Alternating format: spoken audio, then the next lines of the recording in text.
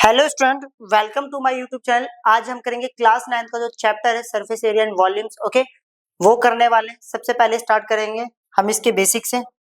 Basics में पहले हम पढ़ेंगे difference between perimeter, surface area and volume. Perimeter, surface area और वॉल्यूम में क्या डिफरेंस होता है, बारी बारी बात करते हैं। सबसे पहले बात करते हैं पेरीमीटर की। ओके, लेट्स सपोज मेरे पास ये बुक है। अगर मैं इस बुक की बाउंड्रीज पे काम करता हूँ, किस पर? बाउंड्रीज पर। क्लियर है ना? तो उसको क्या बोला जाता है? पेरीमीटर। मेरे पास ये बुक थी, इस बुक की बाउंड्रीज को ऐड किया जाए, बाउंड्रीज की लेंथ को ऐड किया जाए तो हमें क्या मिलेगा? पेरीमीटर। बात करते हैं surface area. Okay, surface area होता क्या है? लेट्स सपोज ये मेरे पास बुक है, जितने पोर्शन को टच कर पाऊंगा, छू पाऊंगा, वही चीज होगा इसका सरफेस एरिया। क्लियर? जितने पोर्शन को हम टच कर पाएंगे इस बुक का, उसी को बोला जाएगा सरफेस एरिया। तो कितने पोर्शन को टच कर पाएंगे हम? ये वाला, इधर वाला, सामने वाला, पीछे वाला, और ये नीचे वाला और बैक साइड वाला। That is called surface area. Clear?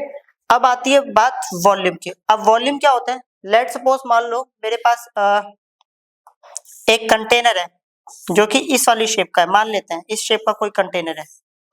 इस कंटेनर में कितना सामान आ सकता है, ये रिप्रेजेंट करता है वॉल्यूम को। क्लियर? अब बढ़ते हैं थोड़ा सा आगे। ओके, अब पढ़ेंगे यूनिट्स ऑफ पेरीमीटर। तो पेरीमीटर्स की जो यूनिट होती है, मीटर, सेंटीमीटर, किलोमीटर, एटसेट्रा। कहने का मतलब है इसके ऊपर पावर कितनी होती है?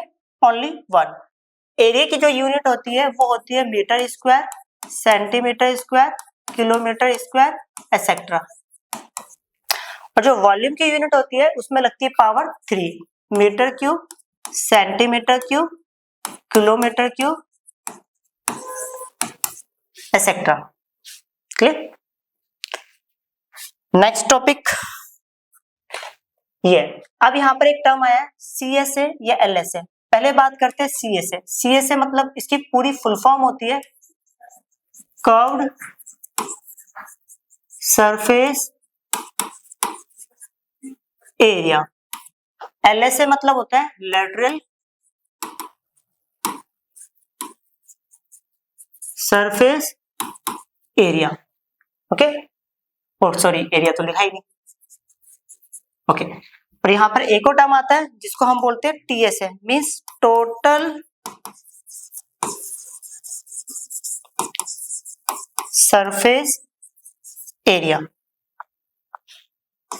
ओके, अब दोनों में डिफरेंस क्या होता है ये एक फिगर के थ्रू समझते हैं। लेट सपोज मान लो मेरे पास ये सिलेंडर की शेप का कोई कंटेनर है। ओके, मैं बना के दिखा देता हूँ। ये मेरे पास सिलेंडर की शेप का कोई कंटेनर है। ओके, अगर इस शेप का ऊपर का ढक्कन और नीचे का ढक्कन दोनों हटा हो, मतलब सिर्फ साइड वाले एरिया की बात करूं, किस वाले की? सिर्फ साइड वाले एरिया की बात करूं। क्लियर?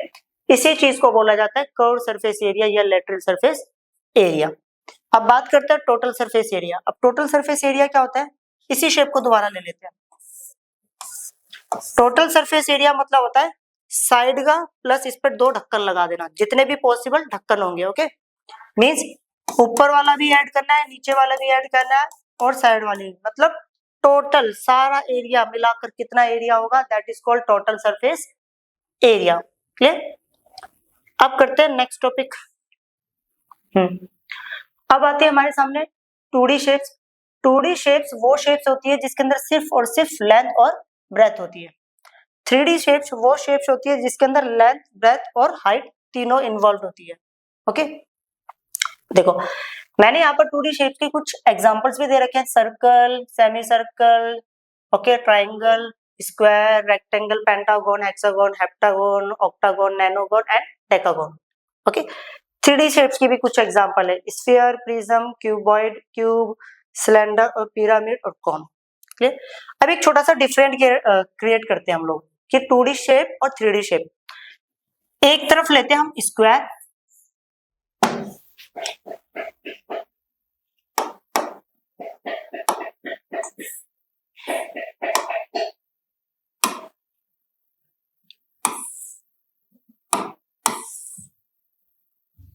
देखो ये हो गया स्क्वायर।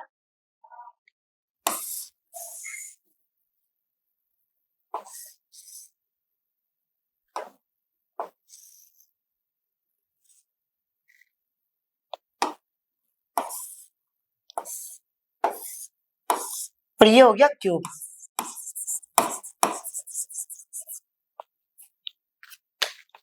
स्क्वायर वो शेप है, वो 2D शेप है जिसको हम टच और फील नहीं कर सकते। 3D शेप्स को हम टच और फील कर सकते हैं। फॉर एग्जांपल क्यूब,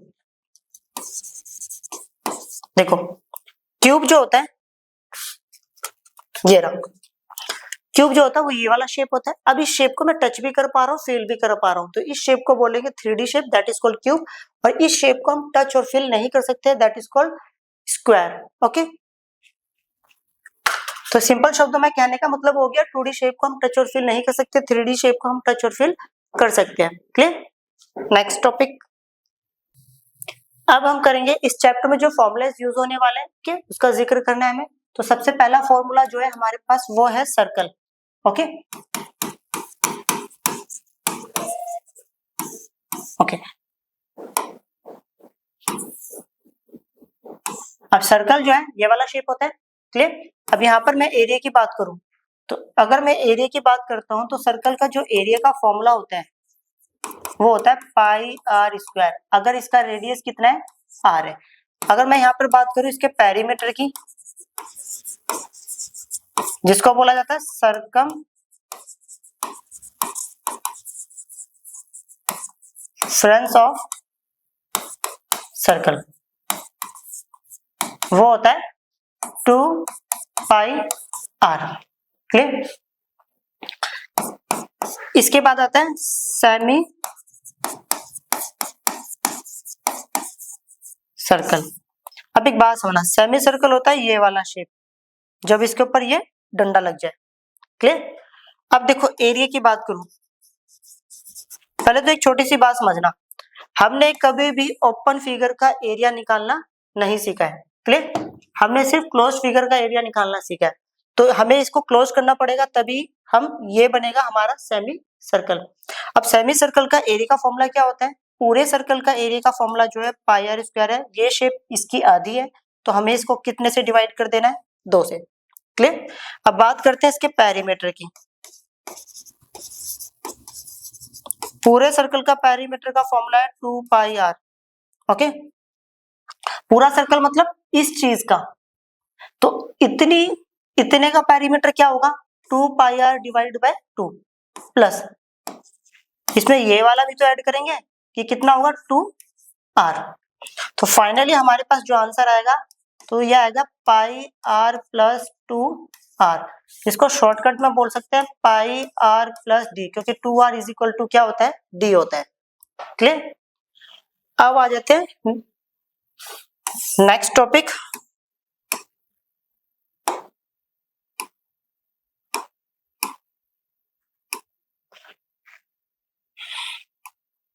स्क्वायर पर।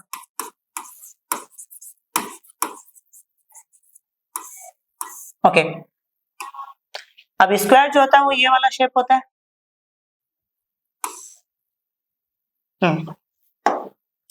अब स्क्वायर का एरिया की अगर मैं बात करूं, अगर इसकी साइड को ए ए ए और ए लेते हैं यूनिट,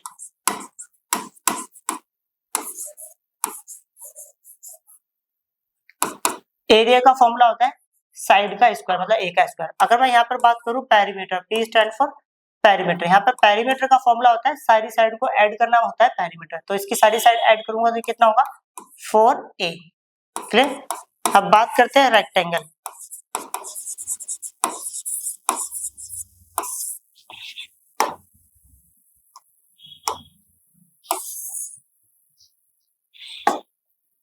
ये लेंथ मान लेते हैं इसको, ये ब्रेथ, ये लेंथ और ये ब्रेथ।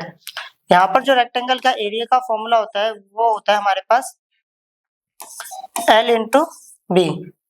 ओके, अगर मैं पेरीमीटर की बात करूं 2L और L कितना हो गया 2L हो गया, B और B दोनों का ऐड करा तो कितना हो गया 2B, दोनों में से कॉमन ले लिया 2 तो कितना आ गया L प्लस B। तो कहने का मतलब है रेक्टेंगल का पेरीमीटर का फॉर्मूला हो गया 2l+b। क्लियर? अब करते हैं नेक्स्ट टॉपिक। अभी फॉर्मुलेस बचे हैं बहुत सारे। अच्छा, नेक्स्ट पर जाते हैं, क्यूब।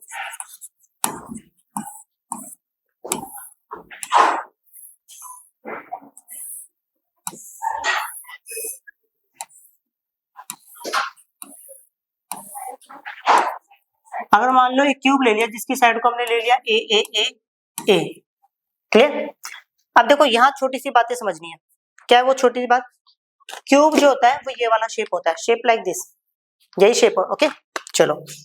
अब जो क्यूब के सरफेस होते हैं, जिस पोर्शन को मैं टच कर रहा हूँ इसको बोलते हैं फेस या सरफेस बोल सकते हैं। क्यूब के जो फेसेस होते हैं वो किस शेप के होते हैं? स्क्वायर।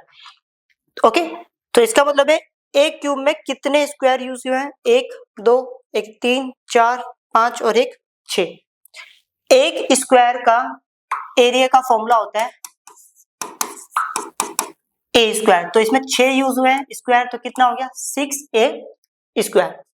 क्लियर? अब बात करते हैं यहाँ पर वॉल्यूम की। तो वॉल्यूम का फॉर्मूला हो गया ए का क्यूब। अब एक बात समझना, मैंने यहाँ पर इसका कर्व सरफेस एरिया नहीं बताया। क्यों नहीं बताया? रीजन बताता हूँ। देखो वो तो आप लोग और मैं खुद फाइंड आउट कर सकते हैं। कैसे? देखो, लेट सपोज समझिए इसके इस वाली शेप जो हमारे पास क्यूब है इसमें कितने फेस है? इसमें टोटल 6 फेस है। मान लेता हूँ एक ढक्कन ऊपर का हटा दिया मैंने, तो अब कितने फेस बचेंगे? 5। एक फेस का एक ए स्क्वायर है, तो 5 फेस का कितना हो गया? 5a square. मान लेता हूँ जो मेरे पास क्यूब है, ओके, यहाँ पर भी दिख रहा है, इसके साइड वाला ढक्कन हटा दिया और एक इस तरफ वाला ढक्कन हटा दिया। तो कहने का मतलब ये वाला और ये वाला, तो सीधी सी बात है 2 ढक्कन हटा दिए। अगर 2 ढक्कन हटा दिए तो 6 में से कितना बचा? 4। तो कितना आंसर आएगा? 4a square. तो इसलिए मैंने कर्व सरफेस एरिया नहीं निकाला क्योंकि मेरे को नहीं पता है उसमें कितने ढक्कन हटाने की बात करेगा वो। क्लियर? समझा दिया है? क्लियर? इससे क्लियर हो जाएगा। अब हम करेंगे क्यूबॉइड।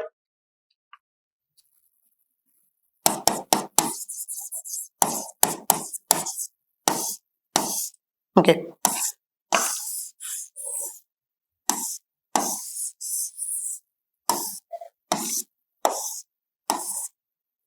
इसको ले लेते हैं लेंथ, ये ब्रेथ और ये हाइट। ओके, अब समझते हैं इसको। देखो, क्यूबॉइड जो होता है वो ये वाला शेप होता है। क्लियर? ओके, अब आप देख रहे होंगे क्यूबॉइड को बनाने के लिए जो हम शेप यूज करते हैं वो क्या होता है? रेक्टेंगल होता है। क्लियर? अब एक छोटी सी बात समझो, मान लो मेरे पास एक रेक्टेंगल है, उसकी लेंथ को m ले लिया, ब्रेथ को n ले लिया, तो एरिया का फॉर्मूला क्या होगा? m इंटू n होगा। क्लियर? मान लो एक रेक्टेंगल है मेरे पास, उसकी लेंथ को x मान लिया, ब्रेथ को y मान लिया, तो एरिया कितना होगा? x इंटू y होगा। तो अब इसकी हेल्प से इसको क्लियर करते हैं, समझना। ये मेरे पास क्यूबॉइड है, ये इसकी लेंथ है, ये लेंथ, ये भी लेंथ और ये भी लेंथ, ये ब्रेथ, ये भी ब्रेथ, ये भी ब्रेथ, ये भी ब्रेथ। हाइट क्या होता है? जब कोई ऑब्जेक्ट 90 डिग्री पे खड़ा हो उसी को बोला जाता है हाइट। तो हाइट हो गया this one, this one, this one और दिस वन। तो अब बारी बारी समझते हैं कि इसका टोटल सरफेस एरिया क्या होगा।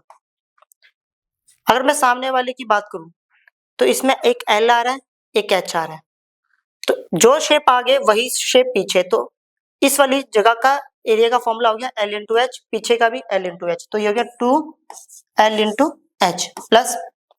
अब बात करते हैं ऊपर वाले की, मतलब इस वाले की, ये होता है एल और ये होता है बी, एक एल भी ऊपर का और एक नीचे का, तो ये हो गया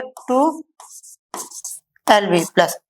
अब बात करते हैं इसकी, मतलब इस चीज की, ये होता है ब्रेथ और ये होता है हाइट, तो एक बी एच यहाँ का, एक बी एच यहाँ पे, तो 2bh 2, अच्छा 2 कॉमन ले लिया तो L H plus L B plus B H. थोड़ा इसको सिस्टमेटिकली वे में लिख देते हैं, सिंपल करके, 2l B B H plus H L. Clear? अब यहाँ पर बात करते हैं वॉल्यूम की। वॉल्यूम का फॉर्मूला होता है एल इंटू बी इंटू में एच। क्लियर? अब इसके बाद आ जाते हैं हम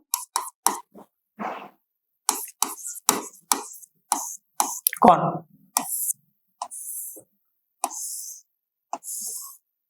जो होता है वो ये वाला शेप होता है, क्लियर? देखा होगा वो कैप शादी पार्टीज में जो कैप पहनते हैं वाली, ओके सॉरी बर्थडे पार्टी में, शादी पार्टी बोल दिया, ओके। ये वाली साइड को हम बोलते हैं एल। एल मतलब होता है स्लैंट हाइट,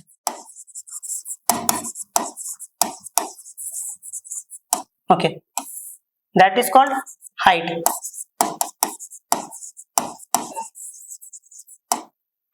और ये होता है R stand for radius,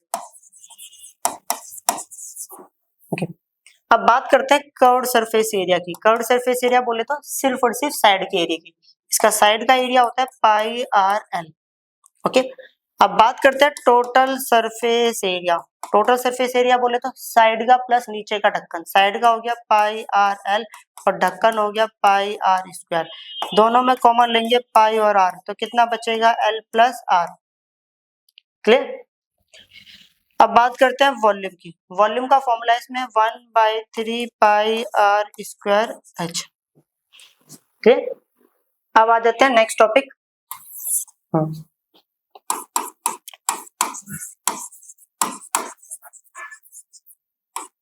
cylinder.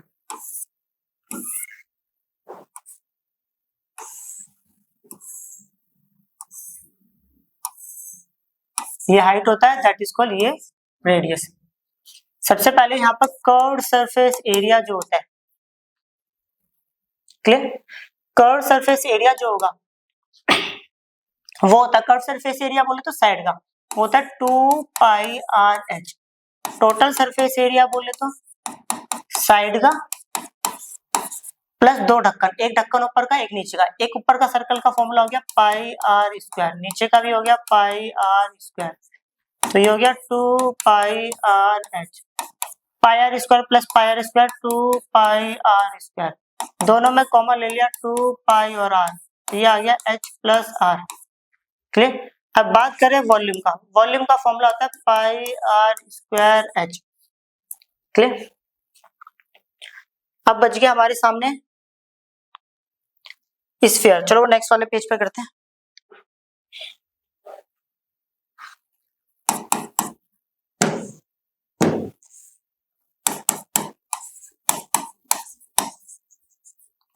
Sphere जो होता है वो होता है बॉल वाली शेप का, इज नॉन एज स्फीयर।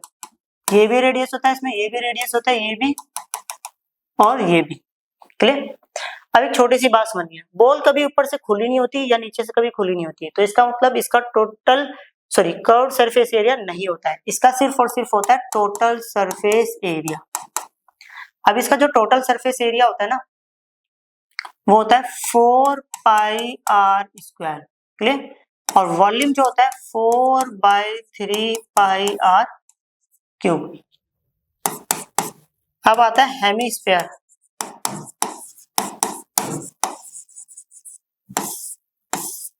मतलब आधी बॉल या एक कटोरी के ऊपर ढक्कन रखना। अब सीधी बात है, अगर मैं कटोरी से ढक्कन हटा दूं और साइड वाले की बात करूं तो that is called curved surface area, जिसका फॉर्मूला होता है पूरे का है 4 पाई आर स्क्वायर, 2 से डिवाइड कर दूं तो ये आएगा 2 पाई आर स्क्वायर, क्लियर? अब इसका तो टोटल निकल सकता है क्योंकि इसके ऊपर तो ढक्कन है, तो साइड का हो गया 2 पाई आर स्क्वायर और ढक्कन जो है वो सर्कल की शेप का है तो उसका हो गया पाई आर स्क्वायर, तो ये फाइनली आंसर हो गया 3 पाई आर स्क्वायर, क्लियर? बात करूं इसके वॉल्यूम की, स्फीयर का वॉल्यूम था 4/3 पाई आर क्यूब। अगर मैं 2 से डिवाइड कर दूं तो आधी बॉल का निकल जाएगा, तो ये से कट गया तो कितना आ गया 2/3 पाई आर क्यूब, और ये निकल गया वॉल्यूम ऑफ हेमिस्फीयर। अब हमें एक यूनिट और ध्यान रखनी है, वो क्या यूनिट है? 1 मीटर क्यूब बराबर होता है 1000 लीटर, क्लियर? पहली यूनिट होगी। अब इसी यूनिट से एक और यूनिट और बनाते हैं, पहले मैं इसको दोबारा लिख लेता हूं, ओके। मैं इसको लिख सकता हूं 1 मीटर का whole cube is equal to में 1000 लीटर, क्लियर? अब हमें पता है 1 मीटर इक्वल टू में 100 centimetre whole to the power 3 is equal to में 1000 लीटर। 100 की पावर 3 तो इसको 3 टाइम्स लिखेंगे सेंटीमीटर क्यूब। ओके कट गया। ओके तो यहां पर बचेगा 1000 centimetre cube is equal to हो गया 1 लीटर। तो 1 सेंटीमीटर क्यूब मल्टीप्लाई है यहाँ पर क्या हो गया डिवाइड 1/1000 लीटर। तो मतलब हमारे पास एक नया फॉर्मूला और आ गया। एक फॉर्मूला ये वाला यूज करेंगे और एक फॉर्मूला ये वाला। क्लियर। अब करते हैं एक्सरसाइज। ये हमारे सामने एक्सरसाइज है 11.1। इसमें लिखा हुआ है diameter of base of a cone is 10.5 centimetre. एक कोन है जिसका बेस का डायमीटर दिया हुआ है। ओके डायमीटर जो दिया हुआ है ना वो दिया हुआ है 10.5 centimetre. 10.5 divided by 2 centimetre. Okay and it's slant height is 10 centimetre. Slant height बोले तो एल की वैल्यू दे रखी है 10 centimetre. Find its curve surface area. अब हमें इसका कर्व सरफेस एरिया निकालना है। कर्व सरफेस एरिया का फॉर्मूला होता है पाई आर एल। पाई की वैल्यू की बात करें जब कुछ ना लिखा हो तो 22/7 ही लेंगे।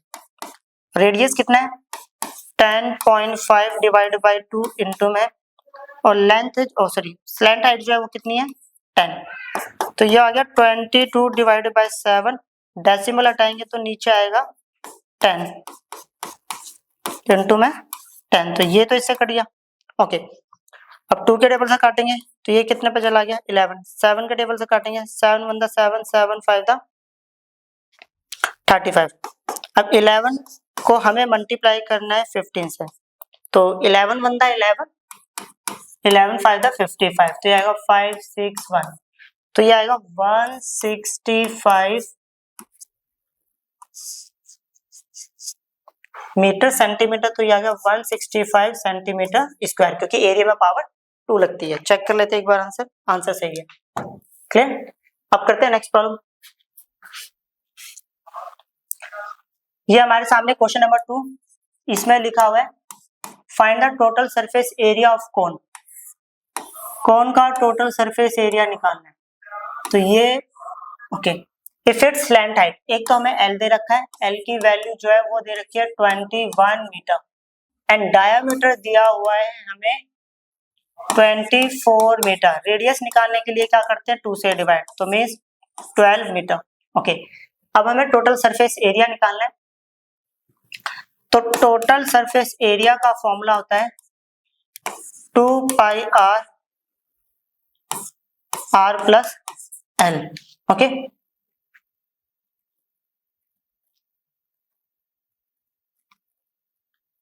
ओके अच्छा आई थिंक ये गलत लिख दिया। साइड वाली का होता है पाई आर एल। एक ढक्कन लगा दिया तो ये हो गया पाई आर स्क्वायर। तो कॉमन ले लिया पाई आर और ये आएगा एल प्लस आर। अच्छा गलती लगी गलत हो गया था 2 लिख दिया था। ओके तो पाई की वैल्यू 22 डिवाइड बाय 7। रेडियस कितना है रेडियस हमें दिया हुआ है 12। एल जो है वो दिया हुआ है 21 और रेडियस जो है वो है हमारे पास 12। तो ये हो गया 22 इंटू में 12 डिवाइडेड बाय 7। ये करेंगे ये आएगा 33। एक बार चेक कर लेते हैं आंसर इतना ही है या इसको भी सॉल्व करना है। फ्रैक्शन में ही दिया हो। ओके डेसिमल में आंसर। तो क्या करते हैं मल्टीप्लाई कर लेते हैं। तो ऐसा करते हैं 22 को 12 से कर लेते हैं। 12 टू द 24 12 टू द 24 तो ये आएगा 462। ओके और उसको मल्टीप्लाई कर लेते हैं 264 को कितने से 33 से। 3 4 द 12 12 का 2 कैरी गया 1 6 3 18 और एक 19 कैरी गया 1 3 टू द 6 और एक 7 3 4 द 12 12 का अच्छा 297। तो ये आएगा 2 9 और 2 11 11 का एक कैरी गया 9 और 1 10 10 और 7 17 17 का 7 कैरी गया 1। तो ये आएगा 8712 डिवाइडेड बाय 7। अब सीधी सी बात है 8712 डिवाइड बाय हम कर लेते हैं 7 7 1 7 कितना आ गया 7 टू द ये हो गया 14, माइनस करा कितना आ गया 3, 7 4 द ये हो गया 28 और ये माइनस करा कितना हो गया 11 में से हट गया तो 3। Okay clear?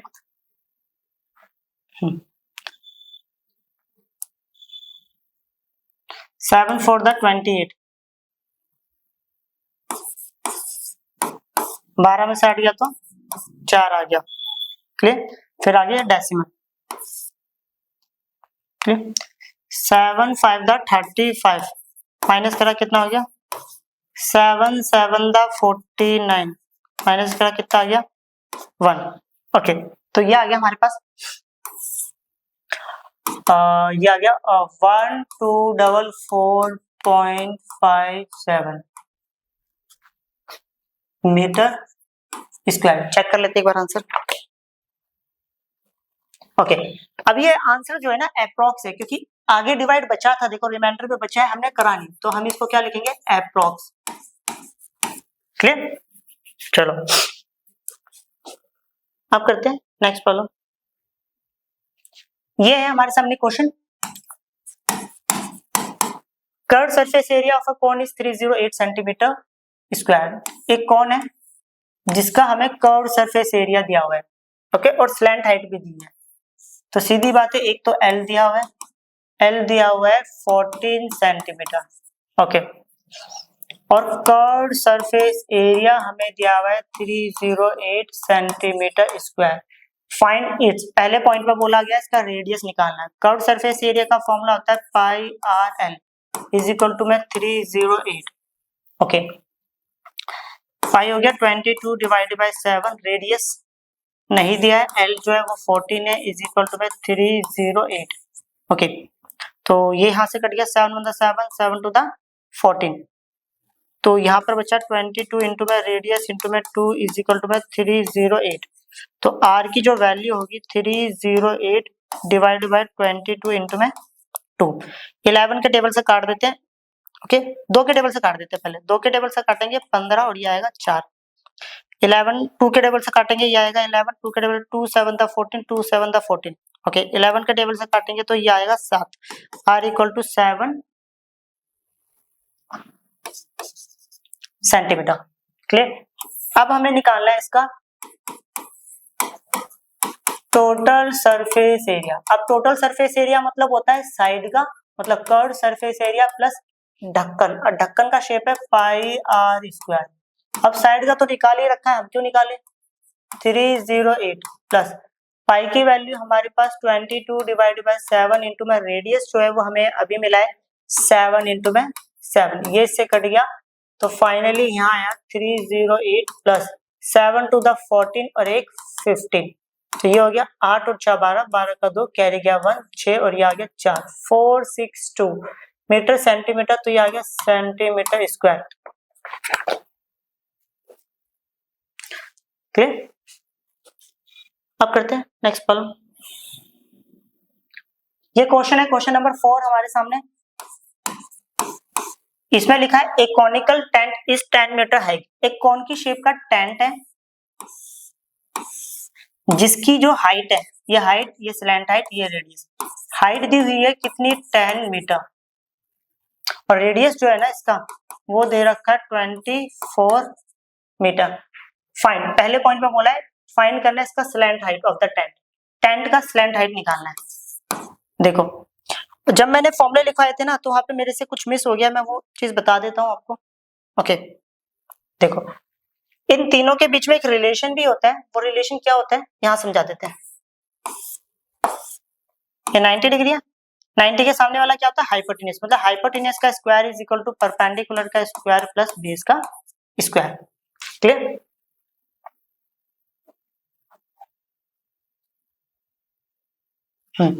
तो अपने को पता चला ये 90 डिग्री है, 90 डिग्री बोले तो हाइपोटेन्यूज का square is equal to perpendicular का स्क्वायर प्लस बेस का स्क्वायर, तो इधर स्क्वायर है जाके क्या बनेगा रूट, h कितना है 10 और ये कितना है 24, 10 का स्क्वायर 100 हो जाता है और ये होता है 576। एक बार चेक कर लेते हैं, 24 को अगर मैं 24 से मल्टीप्लाई करता हूँ तो कितना आंसर आएगा, 4 4 द 16, 4 टू द 8 और एक 9, 2 4 द 8, 2 2 द 4, तो 6 8 और 6 17, ये आएगा 5, आएगा 576, और ये दोनों का रूट करेंगे तो ये आएगा 676, और 676 जो होता है वो होता है 26 का रूट। क्लियर? पहला पॉइंट तो क्लियर हो गया। अब बात है सेकंड की। Cost of canvas required to make the tent if the cost of 1 meter square canvas is to be ₹70। अब देखो यहाँ पर एक छोटी सी बात समझिए। यहाँ पर इन्होंने बोला है कि देखो कैनवास मतलब होता है तिरपाल या मोटी वाली जो पन्नी होती है उसी को बोला जाता है कैनवास। ओके, इन्होंने बोला है कि अब टेंट के लिए हमें क्या करना है, कैनवास की जरूरत है। ओके, टेंट बनाने के लिए हमें किसकी जरूरत है, कैनवास की जरूरत है।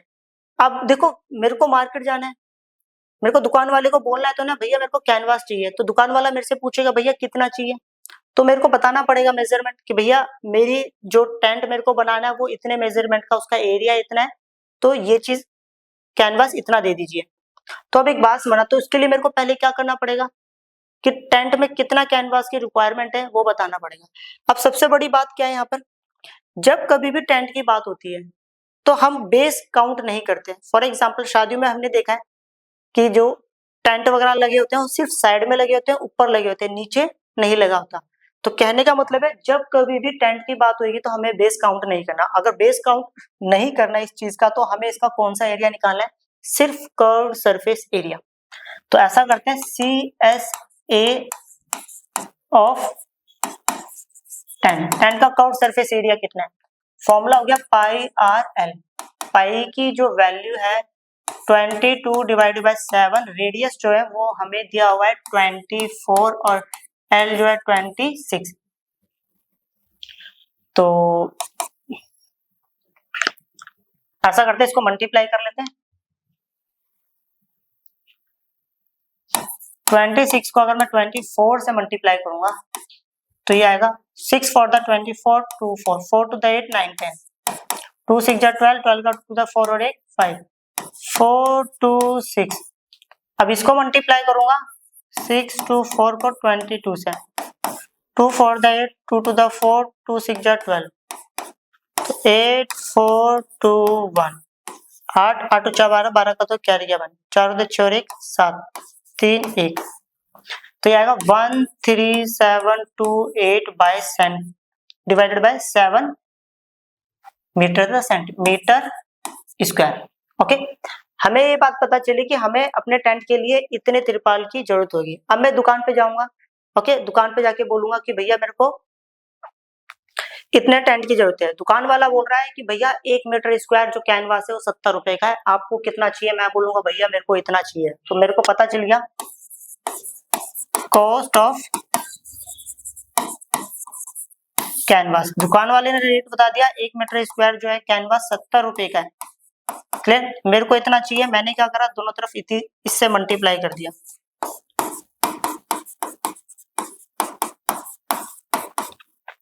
$13728 डिवाइड बाय 7 रुपीज, ये से कट गया कितना आ गया 10, 10 से इसको मल्टीप्लाई कर दिया 137,280 रुपीज। मतलब जो हमारा तिरपाल है वो इतने मीटर स्क्वायर इतने रुपए का पड़ेगा। चेक कर लेते हैं आंसर, आंसर बिल्कुल सही है। अब करते हैं नेक्स्ट टॉपिक। ये हमारे पास प्रॉब्लम है, देखो इन्होंने क्या बोला, what length of tarpaulin 3 metre wide.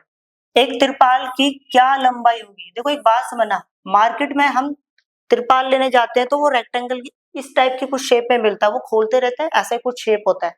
Okay, इन्होंने बोला इस तिरपाल की क्या लंबाई होगी, तो मेरे को नहीं पता, उस लंबाई को मैंने क्या ले लिया, L ले लिया। बट इन्होंने बोला उसकी चौड़ाई कितनी होगी 3 मीटर, तो ब्रेथ मैंने कितनी ले ली 3 metre. Will be required to make a conical tent. इससे मोड़कर हमें क्या बनाना है, एक कॉन की शेप का टेंट बनाना है। ओके, ऑफ हाइट 8 मीटर, जिसकी हाइट कितनी होनी चाहिए 8 मीटर होनी चाहिए। एंड रेडियस, ये हाइट हो गया ये रेडियस होगा, तो हाइट होनी चाहिए 8 मीटर और रेडियस होना चाहिए 6 metre. Clear, assume that the external length of a material that will be required for stitching margin wastage in cutting is approximately 20 centimeter। तो इसका मतलब है देखो इन्होंने बोला है कि इसको मोड़ रहे, ओके, और थोड़ा सा वेस्टेज होने के लिए तो हमें क्या करना है 20 सेंटीमीटर एक्स्ट्रा लेंथ लेके चल रही है। कहने का मतलब है जितनी भी हमारी लेंथ निकलेगी इस त्रिपाल में उसमें 20 सेंटीमीटर और ऐड कर देंगे, क्योंकि क्या होता है कि कटिंग वटिंग करने में थोड़ा सा वेस्टेज हो जाता है। क्लियर? तो पहली बात मेरे को एक बात समझ आई, देखो त्रिपाल जो किस शेप का है अभी, रेक्टेंगल, क्योंकि मार्केट में लेने जाओगे तो आपको इसी शेप का त्रिपाल मिलेगा। अब इन्होंने क्या करा, इसको मोड़ मोड़ के क्या बना दिया, कोन बना दिया। क्लियर? ओके, ये बन भी जाएगा, देखो ऐसे कोन बन जाएगा, ये मुड़ नहीं रही है यहाँ से, कुछ और होगा तो देखता हूँ। ओके, समझ लेना, इसको ऐसे मोड़ के क्या बना दिया, कोन बना दिया। तो सीधी सी बात है, जितना इसका एरिया होगा और जितना इसका कर्व सरफेस एरिया होगा वो दोनों क्या होगा, सेम होगा। क्लियर? तो कहने का मतलब है एरिया ऑफ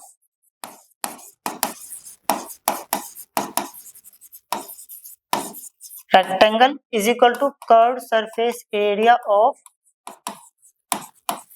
कौन। रेक्टेंगल का जो एरिया है कोन के एरिया के, कोन के कर्व सरफेस एरिया के बराबर है। रेक्टेंगल का एरिया का फॉर्मूला होता है L इंटू बी, इसका होता है पाई आर एल। अब एक छोटी सी दिक्कत आ गई, हमें L तो पता ही नहीं, तो क्या करते हैं पहले L निकालना पड़ेगा, इसको साइड में कर लेते हैं।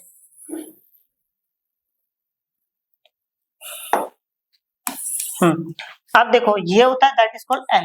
स्लैंट हाइट को यहाँ पर L1 से रिप्रेजेंट किया गया है, इसकी लेंथ को L से। ओके, समझना अच्छे से। फिर वही L का square is equal to okay H का स्क्वायर प्लस R का स्क्वायर, पाइथागोरस अप्लाई कर दी। L1 का इधर स्क्वायर इधर के क्या बनेगा, रूट। H कितना है 8 और R कितना है 6, 8 8 दा हो गया 64, 6 6 जा हो गया 36, तो ये हो गया 100, 100 का हो गया ये 10, ओके मीटर। तो यहाँ पता चल गया, ये तो L पता नहीं है, ये L1 है। L इंटू बी कितना है 3 है, पाई की वैल्यू यहाँ पर दी हुई है 3.14 इंटू में रेडियस जो है वो हमें दिया हुआ है 6 और L1 अभी निकाला है कितना है 100।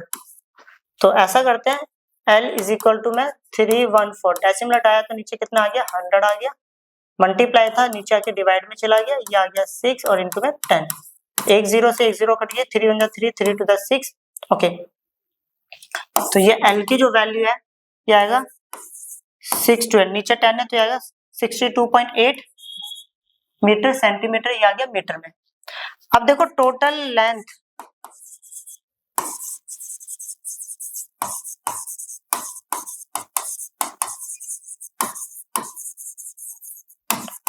टोटल लेंथ ऑफ तरपुलिन, बोला त्रिपाल की टोटल लेंथ कितनी थी, ये L1 सॉरी क्या कर दिया,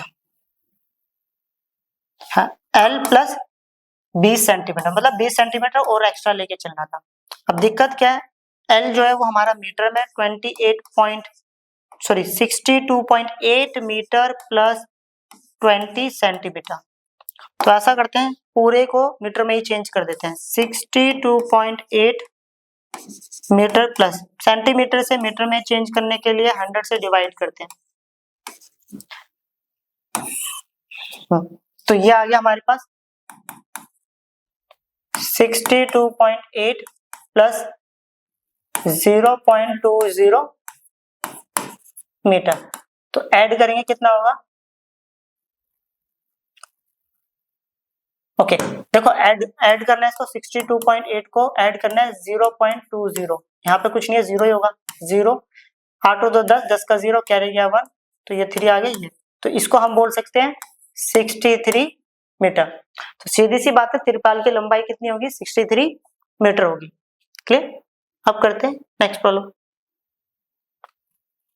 ये क्वेश्चन है हमारे सामने, इस क्वेश्चन में लिखा है the slant height and the base diameter of a conical Tom. Tom होता है कब्र, एक कौन की शेप का कब्र है,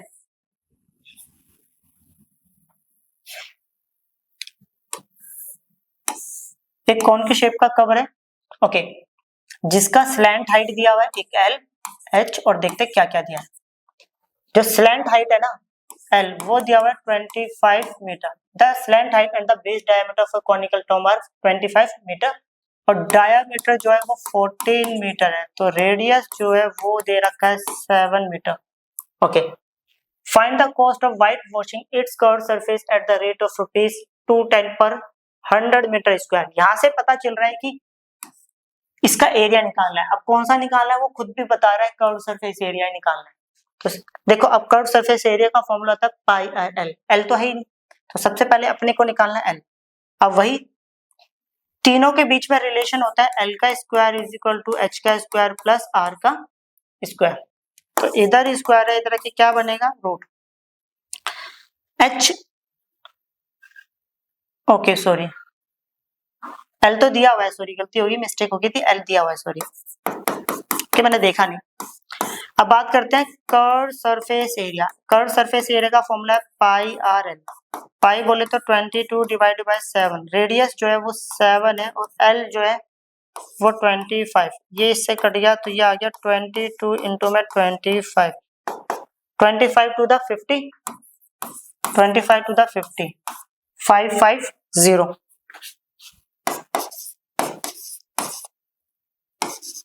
मीटर स्क्वायर। अब इन्होंने बोला है कि जो सफेदी करने का जो खर्चा है, कॉस्ट ऑफ व्हाइट वॉशिंग, अब हमें वो निकालना है।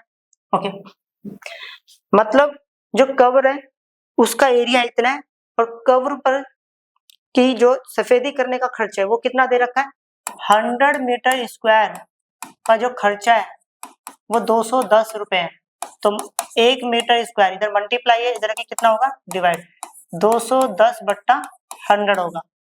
अब इसी नंबर से क्या करना है, 200 सॉरी दोनों तरफ मल्टीप्लाई, मीन्स 550 को मल्टीप्लाई कर दिया 1 metre square is equal to 550 into में 210 डिवाइडेड बाय 100। ये कैंसिल हो गया, तो फाइनली आ गया 55 को मल्टीप्लाई कर देते हैं 21 से, तो ये आएगा 55 multiply by 21, 1 5 the 5, 1 5 the 5, 2 5 the 10, 2 5 the 10 और 1 11, तो 5511। तो फाइनली आंसर आ गया 1155 रुपीज। ओके, चेक कर लेते हैं आंसर, आंसर सही है। अब करते हैं नेक्स्ट प्रॉब्लम। ये क्वेश्चन है हमारे सामने। इस क्वेश्चन में लिखा है कि joker cap is in the form of right circular cone of base radius. ये जोकर की कैप है जिसका रेडियस हमें कितना दिया हुआ है,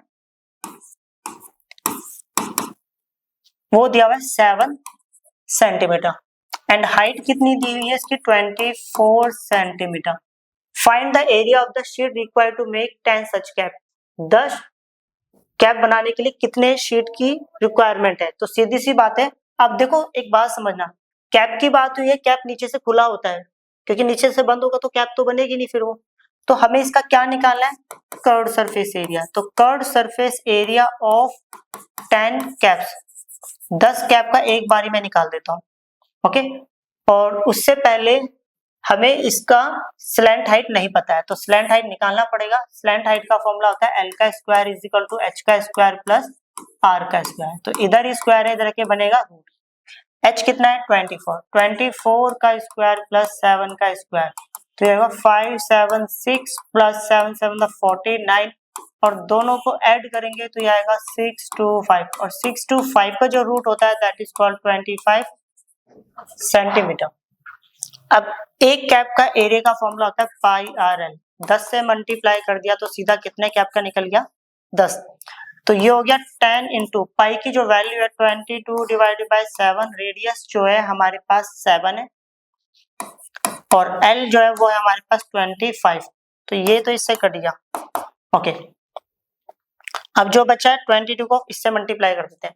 अगर मैं 25 को 22 से मल्टीप्लाई करता हूँ, 2 5 10 0, 2 द 4 और 1 5, तो ये आएगा 550, तो ये आएगा 550, एक ही जीरो और बचा है, तो ये आएगा सेंटीमीटर स्क्वायर। चेक कर लेते हैं, आंसर सही है। अब करते हैं नेक्स्ट प्रॉब्लम। ये प्रॉब्लम हमारे सामने, इसमें लिखा है a bus stop is barricaded from the remaining part of road. एक बस स्टॉप को बैरिकेड कर रखा है, ओके, रोड के बचे हुए हिस्से से। ओके, कहने का मतलब रोड पर रोड के साइड में बस स्टैंड होगा, ओके, उसके ऊपर कोई कंस्ट्रक्शन का काम चल रहा होगा, उसके साइड में क्या लगा रखे हैं, बैरिकेड्स लगा रखे हैं। Okay, by using 50 hollow cones, इसके अंदर हमने क्या यूज करा है, 50 खोखले कोन यूज करेंगे। खोखले बोले तो ये नीचे वाला बेस नहीं है इसमें, है ना, so that is called H, that is called L और that is called R. Okay.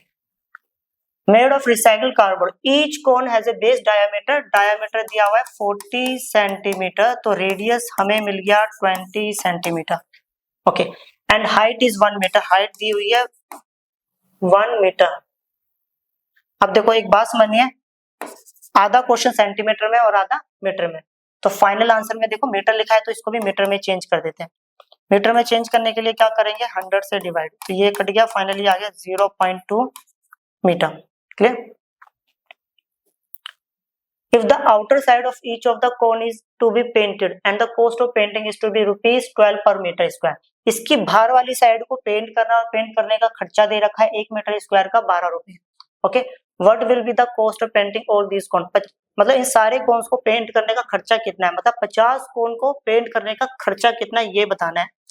पाई की वैल्यू दे रखी है 3.14 और ये √1.04 कहीं पर अगर दिखता है तो उसकी वैल्यू ये है। ओके, चलो अब स्टार्ट करते हैं। तो सबसे पहली बात कि अगर मुझे इसकी बाहर वाली साइड को पेंट करना है तो मेरे को किसकी बात करनी है, कर्व्ड सरफेस एरिया। अब कर्व्ड सरफेस एरिया के लिए मेरे पास L नहीं है तो मेरे को L निकालना है। तो L कैसे निकलेगा वो समझते हैं। उसका फॉर्मूला होता है L का square is equal to H का स्क्वायर प्लस R का स्क्वायर। तो L is equal to √H का स्क्वायर प्लस R का स्क्वायर। तो L बराबर हो गया √H दिया हुआ है हमें 1 स्क्वायर और ये दिया हुआ है 0.2 का होल स्क्वायर। क्लियर? 1 का स्क्वायर 1 होता है, 0.2 का करूंगा तो 0.04 आएगा, दोनों को ऐड करेंगे 1.04 रूट। अब हमें ये दिया था √1.04 को हम बोल सकते हैं 1.02 और ये हो गया मीटर। क्लियर? अब यहां समझना है, अब हमें क्या निकालना है, curved surface area of outer side of 50 cones. सीधी सी बात है, एक कौन का कर्व्ड सरफेस एरिया का फॉर्मूला है πr। 50 से मल्टीप्लाई कर दिया तो कितना होगा, 50 का निकल गया, तो ये आ गया 50 इंटू पाई की वैल्यू दे रखी है यहाँ पर 3.14 इंटू में रेडियस जो है हमें दी हुई है कितना 20, सॉरी रेडियस है 0.2 इंटू में L ये दे रखा 1.02। ओके, अब स्टार्ट करते हैं। अगर मान लो मैं इसको लिख देता 50, ये लिखा 314, डेसिमल हटाएंगे तो ये आएगा 100, ये आएगा डेसिमल हटाएंगे तो ये आएगा 10 और यहाँ पर डेसिमल हटाया तो यहाँ पर आया 100 आएगा। तो ये 50 टू द 100, एक पूरे 100 से 100 कट गया। क्लियर? अब हमारे पास बचा है 314 इंटू में 102 डिवाइडेड बाय टोटल 0 बची है 3। अब मल्टीप्लाई करते हैं, 314 को 102 से मल्टीप्लाई करेंगे, 2 4 8, 2 1 2, 2 3 6, 0 0 0, 1 4 4, 1 1 1, 1 3 3, तो 82023। चेक करते हैं आंसर यही आ रहा है कुछ।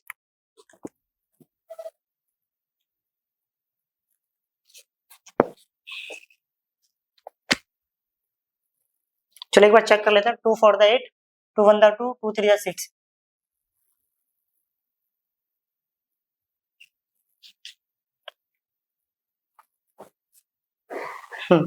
तो ये आंसर आया हमारे पास कितना है, 32028 डिवाइड बाय 1000। फाइनली आंसर आ गया 32.028 और ये हमारा आंसर एग्जैक्ट आया, that is called metre square. Clear? Answer अभी पूरा आया ही नहीं है, अभी थोड़ा बचा है। क्लियर? अब कॉस्ट ऑफ पेंटिंग भी निकालना है। अब कॉस्ट ऑफ पेंटिंग क्या है वो समझते हैं।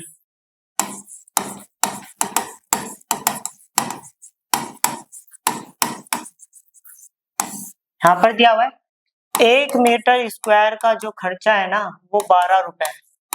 क्लियर। अब हमारा आंसर क्या है ये, अब इसको कर देते हैं 12 से मल्टीप्लाई, तो 32.028 इंटू में 1 metre square is equal to में 32.028 इंटू में 12 रुपीज।